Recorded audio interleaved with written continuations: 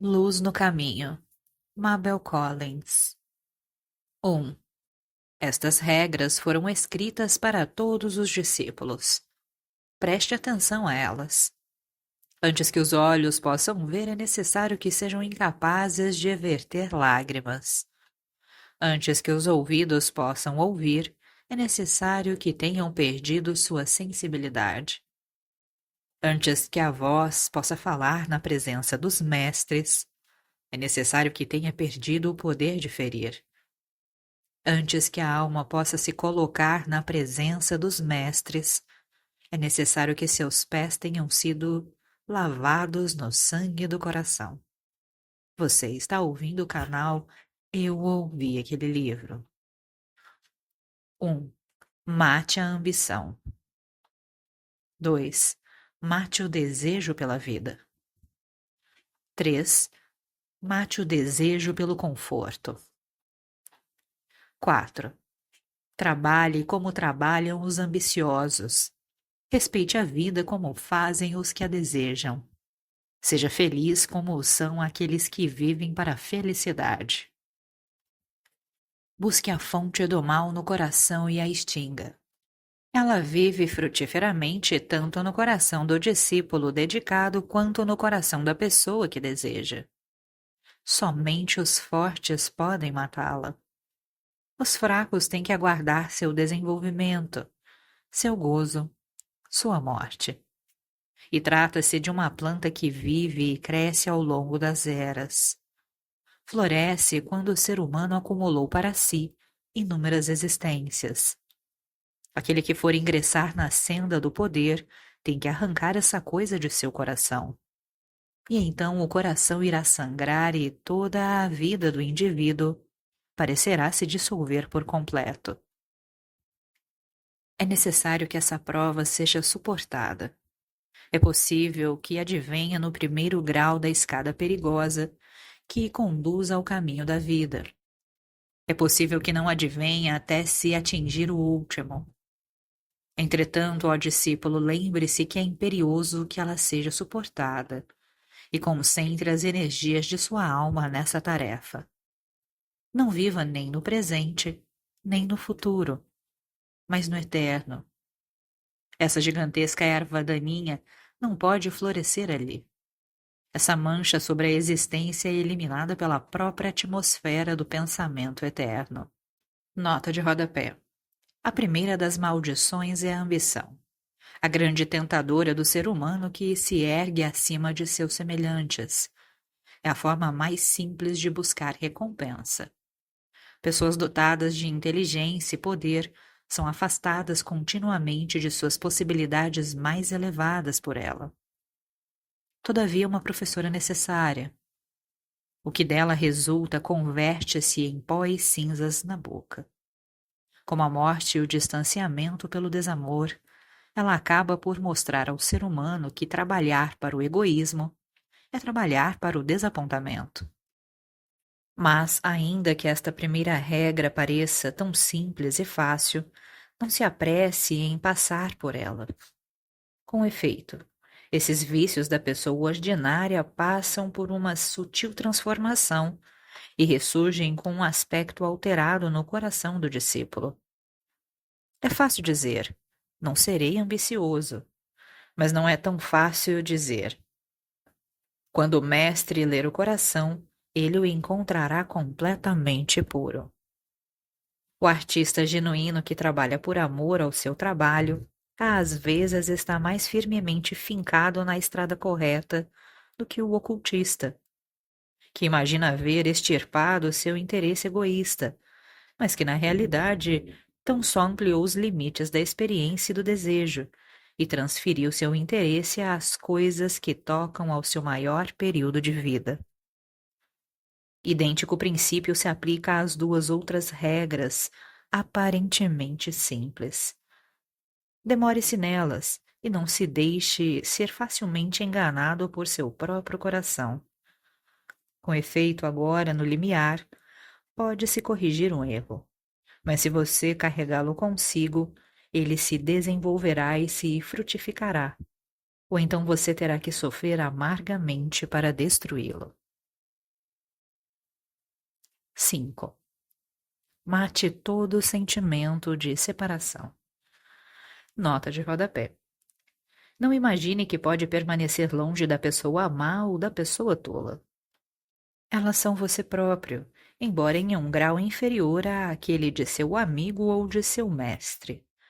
Se você, porém, permitir que a ideia de separação de qualquer coisa ou pessoa má se desenvolva dentro de você, assim agindo, você cria karma, o qual o prenderá a essa coisa ou pessoa, até que sua alma reconheça que ela não pode ser isolada.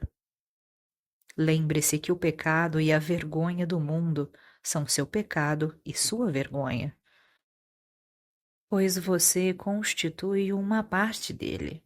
O seu karma, estando inextricavelmente entrelaçado com o grande karma. E antes que você possa atingir o conhecimento, terá que ter passado por todos os lugares, os sujos e os limpos igualmente.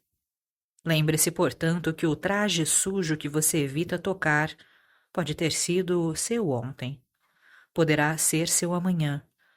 E se você, tomado pelo horror, o repelir quando for jogado em seus ombros, ele se ligará ainda mais estreitamente a você.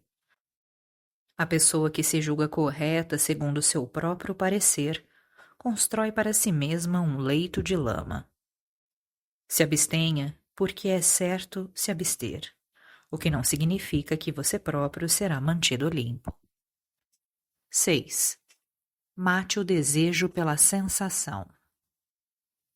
7. Mate a fome pelo crescimento. 8. E, no entanto, permaneça sozinho e isolado, porque nada que é encarnado, nada que é consciente da separação, nada que esteja fora do eterno pode ajudá-lo. Aprenda com a sensação e observe, pois somente assim você pode principiar a ciência do autoconhecimento e firmar seu pé no primeiro degrau da escada. Cresça como a flor cresce, inconscientemente, mas ardorosamente ansiosa por franquear sua alma ao ar. É assim que você necessita se impulsionar a fim de abrir a alma para o eterno. Mas tem que ser o eterno a extrair sua força e beleza, não o desejo por crescimento. Com efeito, no primeiro caso você se desenvolve em meio à exuberância da pureza. No segundo, você endurece pela paixão violenta por crescimento. 9. Deseje apenas aquilo que está no interior de você. 10. Deseje apenas aquilo que está além de você. 11. Deseje apenas aquilo que é inatingível. 12. Pois no interior de você está a luz do mundo, a única luz que pode ser derramada sobre o caminho.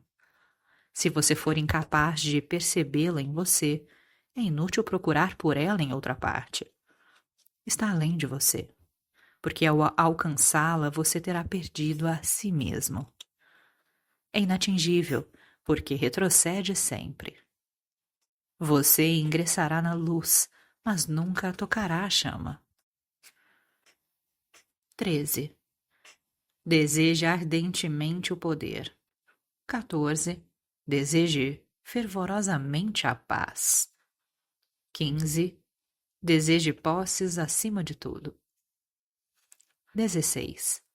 Mas essas posses devem pertencer exclusivamente à alma pura e estar, portanto, em poder de todas as almas puras igualmente, constituindo assim a propriedade especial do todo somente quando unido.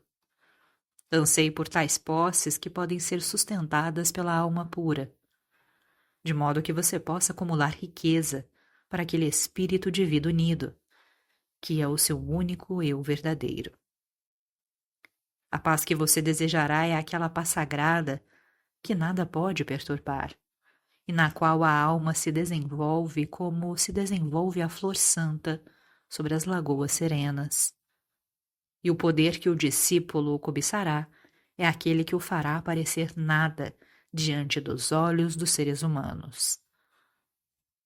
17. Busque o caminho. Nota de rodapé. Essas 3 palavras parecem talvez demasiado superficiais para não permanecerem isoladas. É possível que o discípulo pergunte: se eu fizer um estudo completo das ideias, não terei com isso buscado o caminho? Mas não se apresse. Detenha-se e pondere por algum tempo. É esse o caminho que você deseja, ou é o caso de haver uma perspectiva imprecisa nas suas visões das grandes alturas a serem escaladas por você mesmo de um grande futuro a ser alcançado por você? Tenha cuidado. A busca do caminho tem que ser em função dele mesmo, sem consideração pelos seus pés que irão trilhar. Há uma correspondência entre esta regra e a 17ª da segunda série. Quando após eras de luta e muitas vitórias a batalha final é vencida, o segredo final exigido, então você estará preparado para mais um caminho. Quando é revelado o segredo final dessa grande lição, nele é franqueado o mistério do novo caminho, um caminho que conduz para fora de toda a experiência humana e que está totalmente além da percepção ou da imaginação humanas. Em cada um desses pontos é necessário deter-se longamente e ponderar bem. Em cada um desses pontos é necessário estar certo de que o caminho é escolhido em função dele mesmo. O caminho e a verdade vêm antes, e é então que são sucedidos pela vida. 18. Busque o caminho por meio do recolhimento interior. 19. Busque o caminho avançando ousadamente para o exterior. 20. Não o busque por alguma estrada única. Para cada temperamento existe uma estrada que parece a mais desejável. Mas o caminho não é encontrado tão só pela devoção, tão só pela contemplação religiosa, pelo progresso ardente, pelo labor do alto sacrifício, pela observação atenta da vida. Isoladamente, nada disso é capaz de levar o discípulo mais do que um degrau avante. Todos os degraus são necessários para constituir a escada. Os vícios dos seres humanos tornam-se degraus da escada, um a um, à medida que são superados. As virtudes dos seres humanos são realmente degraus necessários. De modo algum devem ser dispensadas. Todavia, ainda que sejam geradoras de uma atmosfera favorável e de um futuro feliz, são inúteis se permanecerem sozinhas. A natureza integral do ser humano precisa ser empregada sabiamente por aquele que deseja ingressar no caminho. Cada pessoa é para si própria absolutamente o caminho, a verdade, a vida. Mas somente é isso ao aprender firmemente sua individualidade integral e, pela força de sua vontade espiritual despertada, reconhecer essa individualidade não como ela própria, a pessoa, mas como aquela coisa que ela criou dolorosamente para seu próprio uso, e mediante a qual tensiona, à medida que seu crescimento desenvolve lentamente sua inteligência, atingir a vida além da individualidade. Quando ela souber que sua vida maravilhosa, complexa e separada existe para isso, então realmente, somente então, ela estará no caminho. Busque-o mergulhando nas profundidades misteriosas e gloriosas do âmago de seu ser. Busque-o submetendo-se ao teste de toda a experiência, utilizando os sentidos a fim de compreender o crescimento e o significado da individualidade, e a beleza e a obscuridade daqueles outros fragmentos divinos que estão lutando lado a lado com você e formam a raça que você pertence. Busque-o pelo estudo das leis do ser, as leis da natureza, as leis do sobrenatural.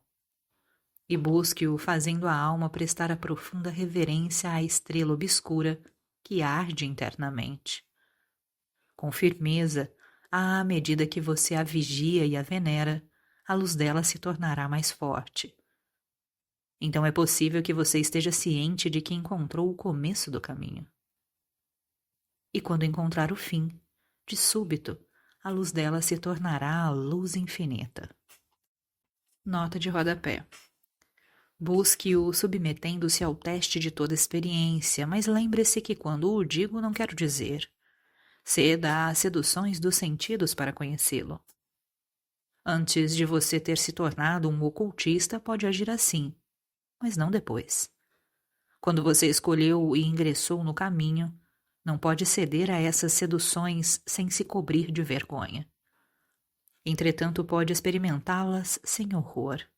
Pode pesar, observar e testá-las, pondo-se a esperar com a paciência que a confiança proporciona, pela hora em que elas não o afetarão mais.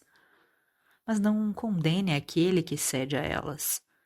Estenda a sua mão para ele como um peregrino fraterno, cujos pés ficaram pesados com a lama. Lembre-se, ó discípulo, que por maior que seja o abismo entre a pessoa boa e a pecadora, é ainda maior aquele entre a pessoa boa e a pessoa que atingiu o conhecimento. E é incomensurável entre a pessoa boa e aquela no limiar da divindade. Portanto, seja cauteloso para não se imaginar demasiado cedo como uma coisa separada da massa da humanidade. Quando você tiver encontrado o começo do caminho, a estrela de sua alma exibirá sua luz, e por meio dessa luz você perceberá quão grande é a escuridão em que ela brilha. Mente, coração, cérebro, todos são obscuros e escuros até a primeira grande batalha ter sido vencida. Não fique apavorado e aterrorizado diante dessa visão. Mantenha o olhar fixo na pequena luz e ela se ampliará. Mas deixe que as trevas interiores o ajudem a compreender a condição de abandono daqueles que não viram nenhuma luz, cujas almas se acham em uma escuridão profunda. Não os culpe, não os evite. Pelo contrário, tente aliviar um pouco o pesado karma do mundo. Preste o seu auxílio às poucas mãos vigorosas que impedem que os poderes das trevas obtenham a vitória completa.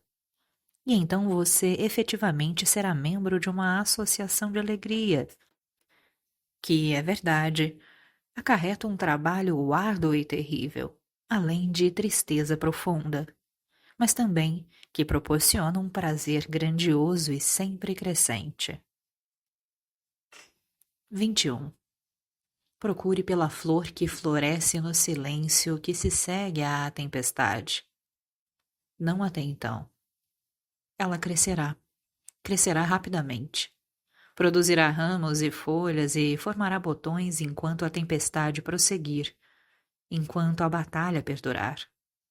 Mas não até que a personalidade integral do ser humano seja dissolvida e fundida.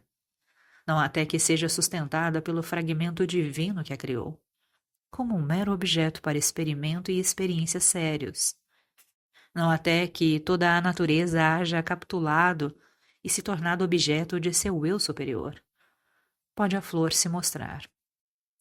Em seguida virá uma calmaria tal como a que vem em um país tropical após uma chuva torrencial, quando a natureza opera tão celeremente que se pode assistir sua ação. Essa calmaria virá para o espírito acossado pela tempestade. E no silêncio profundo ocorrerá um misterioso evento que provará que o caminho foi encontrado. Chame-o pelo nome que quiser. É uma voz que fala quando nenhuma há para falar. É um mensageiro que chega, um mensageiro sem forma ou substância. Ou é a flor da alma que se manifestou. Não é possível descrevê-lo mediante nenhuma metáfora, mas pode ser sentido depois, procurado e desejado, mesmo em meio à fúria da tempestade. O silêncio pode durar um momento, ou pode durar 1000 anos. Mas ele se extinguirá. Contudo, você carregará a força dele consigo, Repetidas vezes a batalha tem que ser travada e vencida. É somente durante um intervalo que a natureza pode ficar em repouso. Nota: a abertura da flor é um momento glorioso quando a percepção desperta. Com ela vem a confiança, o conhecimento, a certeza. A pausa da alma é um momento de maravilhamento e o momento seguinte de satisfação, que é o silêncio. Saiba, ó discípulo, que aqueles que passaram através do silêncio e sentiram sua paz e retiveram sua força, anseiam que você também venha a passar através dele. Assim, no salão do aprendizado, quando o discípulo for capaz de nele ingressar, ele sempre encontrará seu mestre. As regras indicadas acima são as primeiras escritas nas paredes do salão do aprendizado. Aqueles que indagam terão respostas. Aqueles que desejam ler, lerão. Aqueles que desejam aprender, aprenderão. Considere as 3 verdades. Elas são iguais.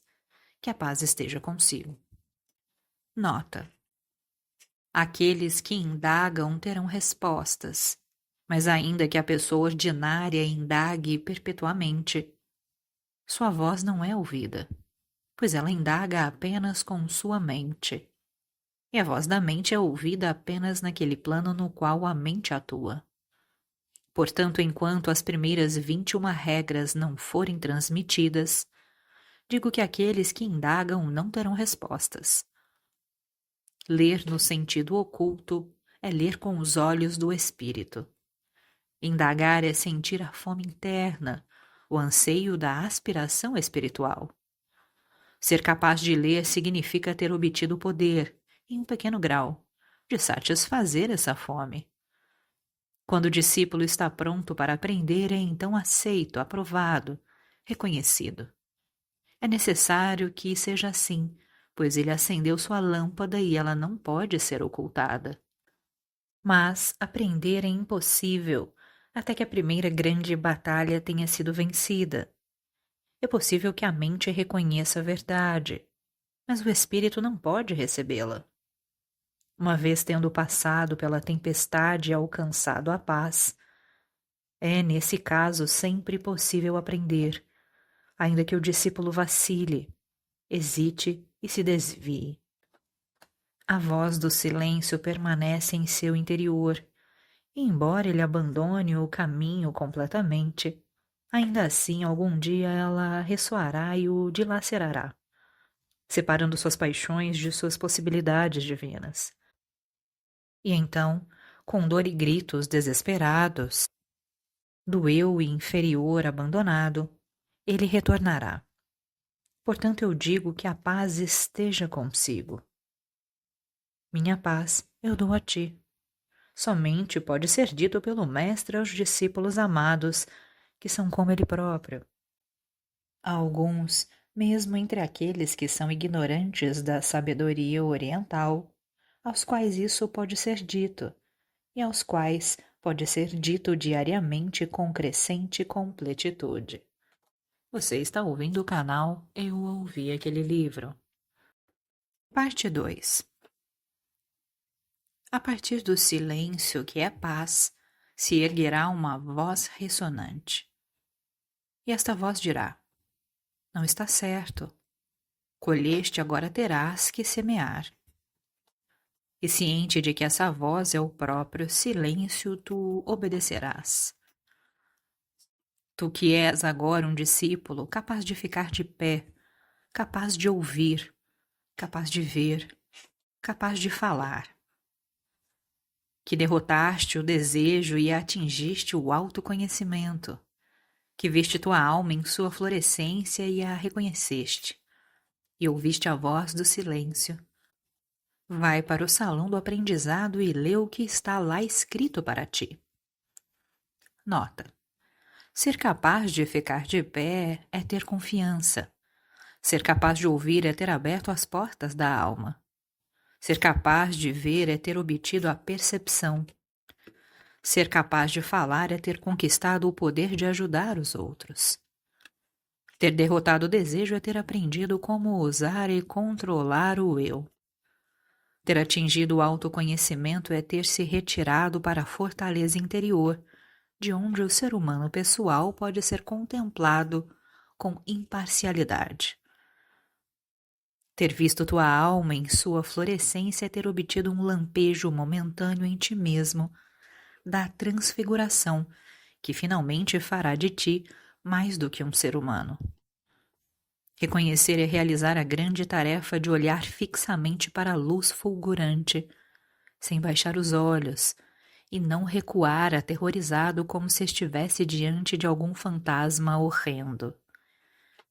Isso acontece com alguns, e assim quando a vitória está prestes a ser conquistada, é perdida. Ouvir a voz do silêncio é compreender que a orientação verdadeira somente vem do interior. Ir para o salão do aprendizado é adentrar o estado no qual o aprendizado se torna possível.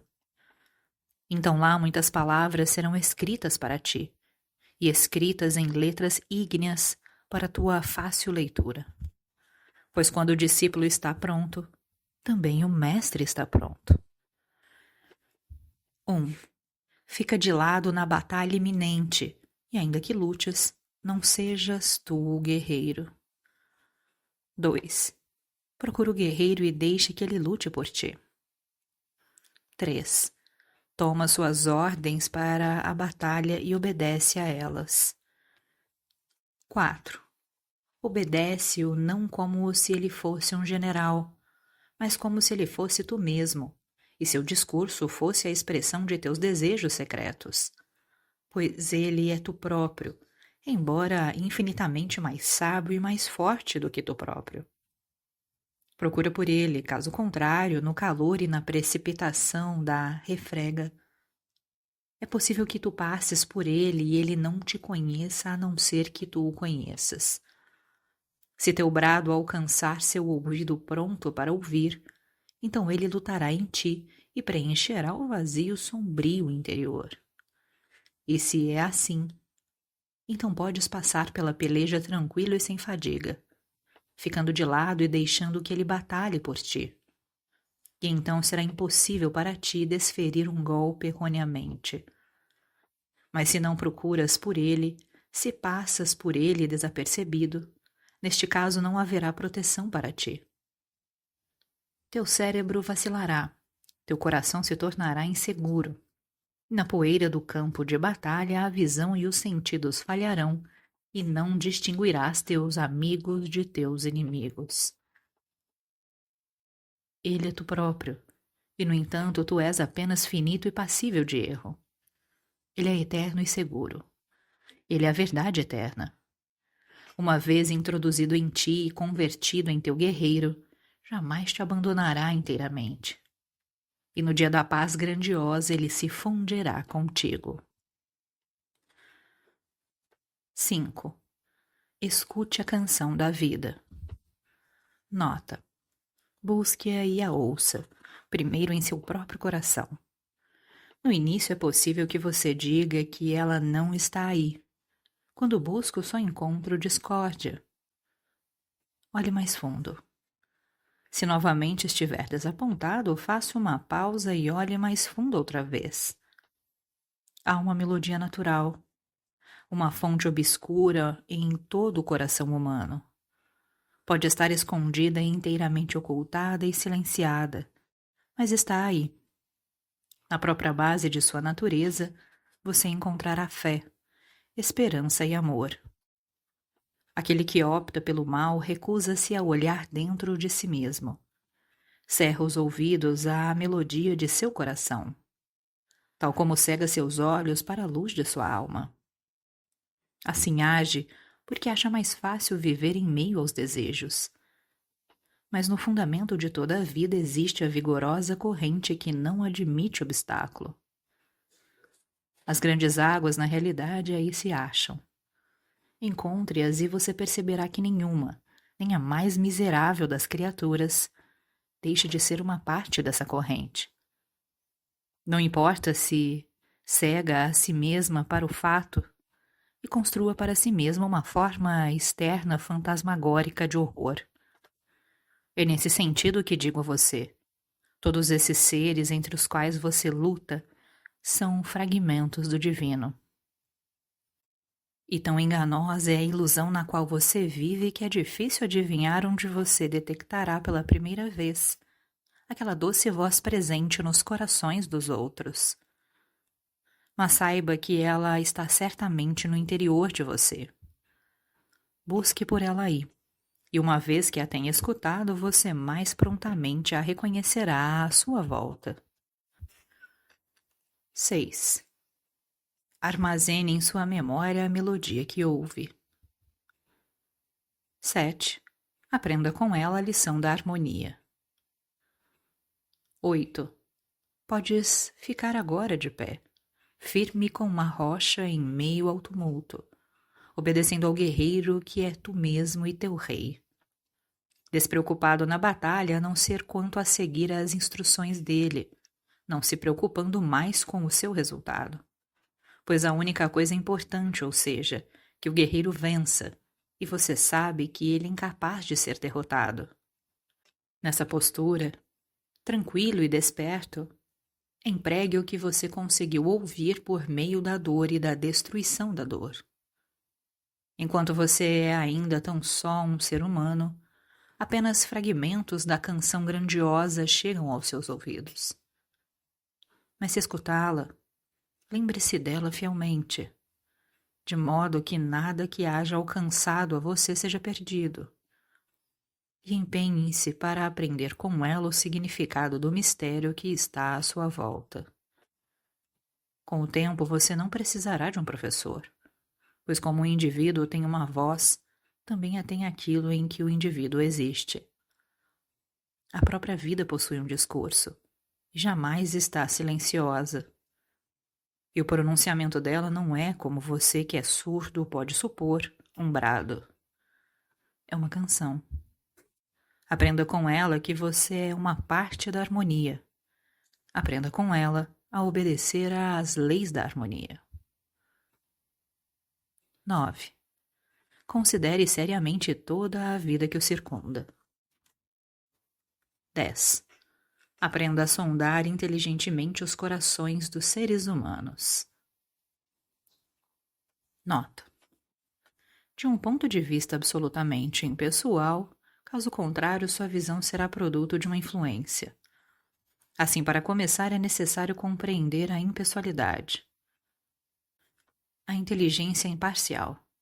Nenhuma pessoa é sua inimiga. Nenhuma pessoa é sua amiga. Todas são igualmente suas professoras. Seu inimigo se converte em um mistério cuja solução é indispensável, mesmo que isso leve eras, pois é imperioso que o ser humano seja compreendido. Seu amigo se torna uma parte de você mesmo, uma extensão de você mesmo, um enigma de difícil interpretação. Somente uma coisa é mais difícil de conhecer: seu próprio coração. Enquanto as amarras da personalidade não forem soltas, aquele mistério profundo do eu não começará a se fazer visível. Enquanto você não se colocar à parte dele, de modo algum ele se revelará ao seu entendimento. Só então, quando você consegui-lo, poderá aprendê-lo e guiá-lo. E somente então, nunca antes, poderá usar todos os poderes dele e devotá-los a um serviço digno. 11. Considere com máxima seriedade seu próprio coração. 12. Pois é através de seu próprio coração que surge a única luz capaz de iluminar a vida e torná-la clara para os seus olhos. Estude os corações dos seres humanos para ser possível a você conhecer o que é o mundo no qual vive e do qual você quer ser uma parte. Observe a vida que se mantém em contínua mudança, em contínuo movimento à sua volta, porquanto ela é formada pelos corações humanos. E é à medida que aprender a compreender sua constituição e seu significado, você gradualmente se capacitará a interpretar a palavra vida no seu sentido mais amplo. 13. O discurso somente surge com o conhecimento. Alcance o conhecimento e alcançará o discurso. Nota: é impossível ajudar os outros enquanto você não obtiver alguma certeza que lhe seja própria. Quando eu tiver aprendido as primeiras 21 regras e ingressado no salão do aprendizado com seus poderes desenvolvidos e os sentidos libertados, descobrirá a existência de uma fonte dentro de você, da qual emergirá o discurso. Depois da 13ª regra, não posso adicionar quaisquer palavras ao que já foi escrito. Minha paz eu concedo a você. Essas regras são escritas somente para aqueles aos quais concedo minha paz. Aqueles capazes de ler o que eu escrevi por meio tanto dos sentidos interiores quanto dos exteriores. 14. Tendo alcançado o uso dos sentidos interiores, tendo subjugado os desejos dos sentidos exteriores, tendo vencido os desejos da alma individual e tendo obtido o conhecimento, prepare-se, ó discípulo, para entrar realmente no caminho. O caminho foi encontrado. Prepare-se para trilhá-lo. 15. Indague a terra, o ar e a água a respeito dos segredos que eles guardam para você. O desenvolvimento de seus sentidos interiores o capacitará a fazê-lo. 16. Indague os santos da terra sobre os segredos que guardam para você. A subjugação dos desejos dos sentidos exteriores lhe concederá o direito de fazê-lo. 17. Indague ao Uno, o mais íntimo, a respeito do segredo final dele, o que ele guarda para você ao longo das eras. O difícil e grandioso triunfo à subjugação dos desejos da alma individual. É um trabalho que requer eras, de forma que você não deve esperar colher sua recompensa enquanto não forem acumuladas eras de experiência. Quando é alcançado o momento de aprender essa 17ª regra, o ser humano está no limiar de se tornar mais do que um ser humano. 18. O conhecimento que agora pertence a você, somente lhe pertence, porque sua alma fundiu-se com todas as almas puras e com o mais íntimo.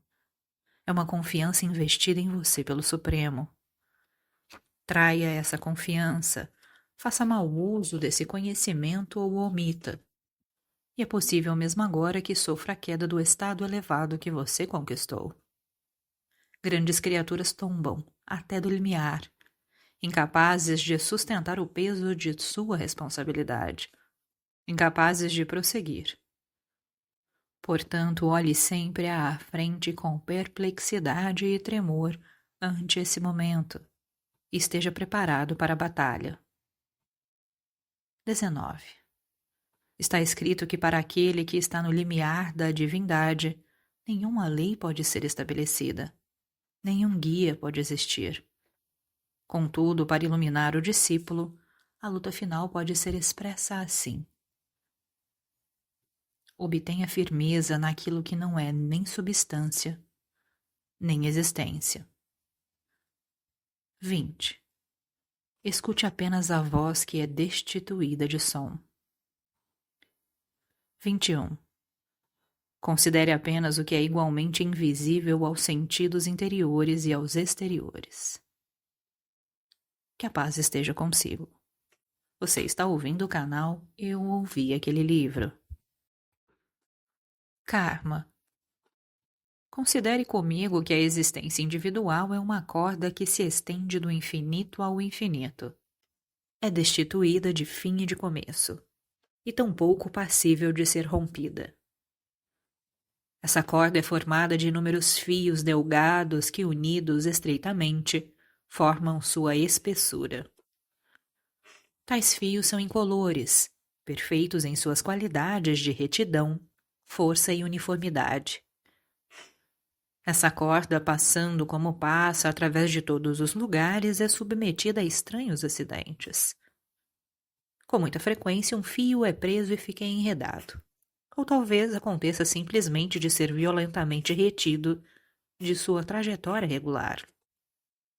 Então, por muito tempo, ele se mantém desordenado e desordena o todo. Por vezes, um fio é manchado por sujeira ou coloração, e a mancha não se limita a ir além do ponto de contato, como também altera outros fios.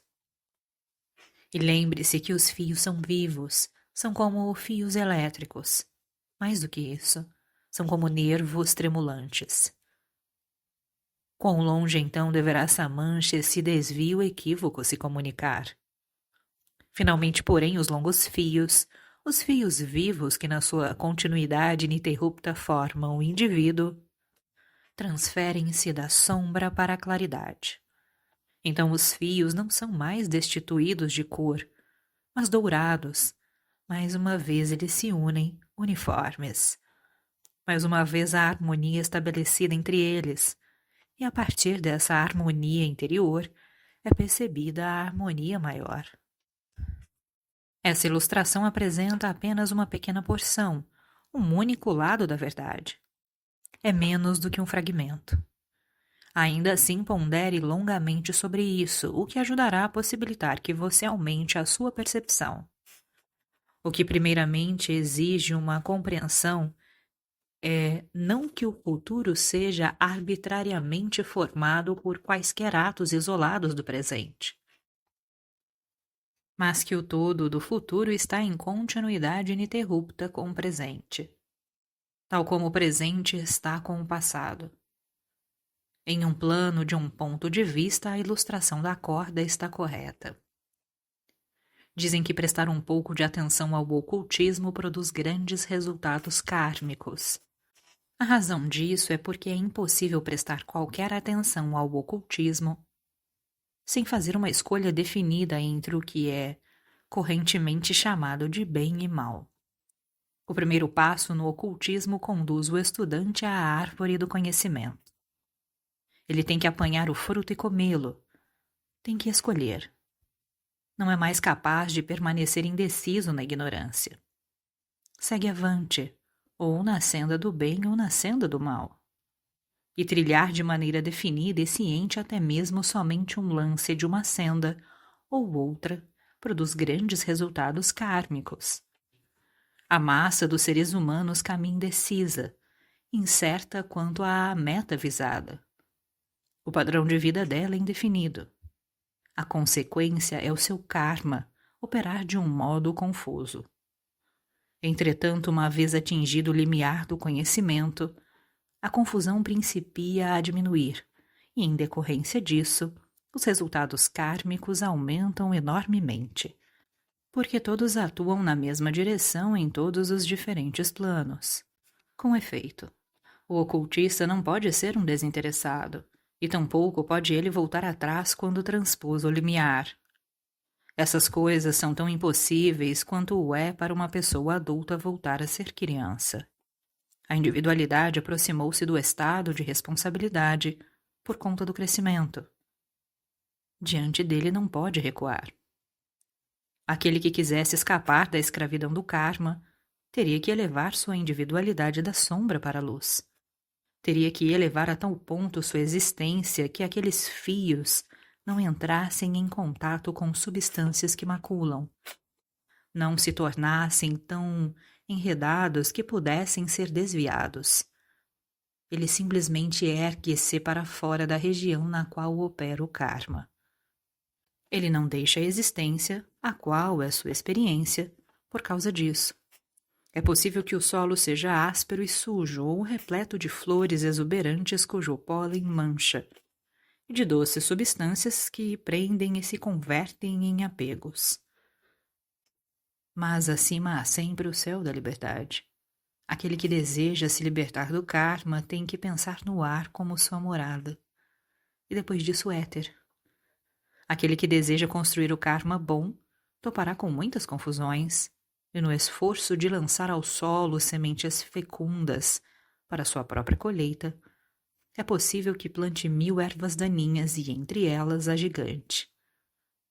Não deseje semear para sua própria colheita.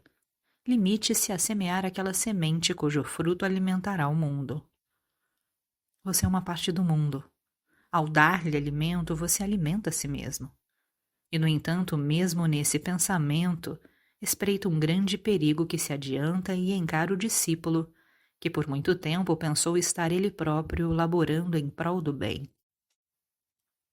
Quando, no mais íntimo de sua alma, tudo o que percebia era o mal, ou seja, julgava ele estar pretendendo um grande benefício para o mundo, quando por todo o tempo acolhia a ideia do karma. E o grande benefício no qual se empenhava era em favor de si mesmo. É possível que alguém não se permita pensar em recompensa, mas nessa própria recusa se pode entrever o fato de que a recompensa é desejada. E é inútil ao discípulo lutar pelo aprendizado barrando a si mesmo. É necessário que a alma esteja livre de grilhões, os desejos soltos, mas até que estejam fixados exclusivamente naquele estado em que não há nem recompensa nem castigo, nem bem nem mal. Será em vão o seu esforço. A ele pode parecer que faz grande progresso, mas algum dia ele estará face a face com sua própria alma e reconhecerá que quando chegou à árvore do conhecimento, escolheu o fruto amargo e não o doce. E então o véu cairá por completo e ele desistirá de sua liberdade e se tornará escravo do desejo. Assim que você esteja advertido, você que dá agora os primeiros passos rumo à vida do ocultismo. Aprenda agora que não há nenhuma cura para o desejo, nenhuma cura para o amor pela recompensa, nenhuma cura para a infelicidade do anseio, exceto a fixação da visão e da audição naquilo que é invisível e destituído de sol. Desde já comece a praticá-lo, com o que 1000 serpentes se manterão fora do seu caminho. Viva no eterno. As operações das efetivas leis do karma não devem ser estudadas enquanto o discípulo não houver atingido o ponto em que elas não afetam mais ele próprio. O iniciado tem o direito de reclamar os segredos da natureza e conhecer as regras que regem a vida humana. Obtém esse direito ao escapar dos limites da natureza e ao libertar-se das regras que regem a vida humana. Ele se tornou uma porção reconhecida do elemento divino e não é mais afetado por aquilo que é temporário. Conquiste, então, o conhecimento das leis que regem as condições temporárias. Portanto, você que quer compreender as leis do karma, tente primeiramente se libertar dessas leis, o que somente pode ser feito fixando sua atenção naquilo que não é afetado por essas leis. Você está ouvindo o canal Eu Ouvi Aquele Livro. Siga-nos no Instagram.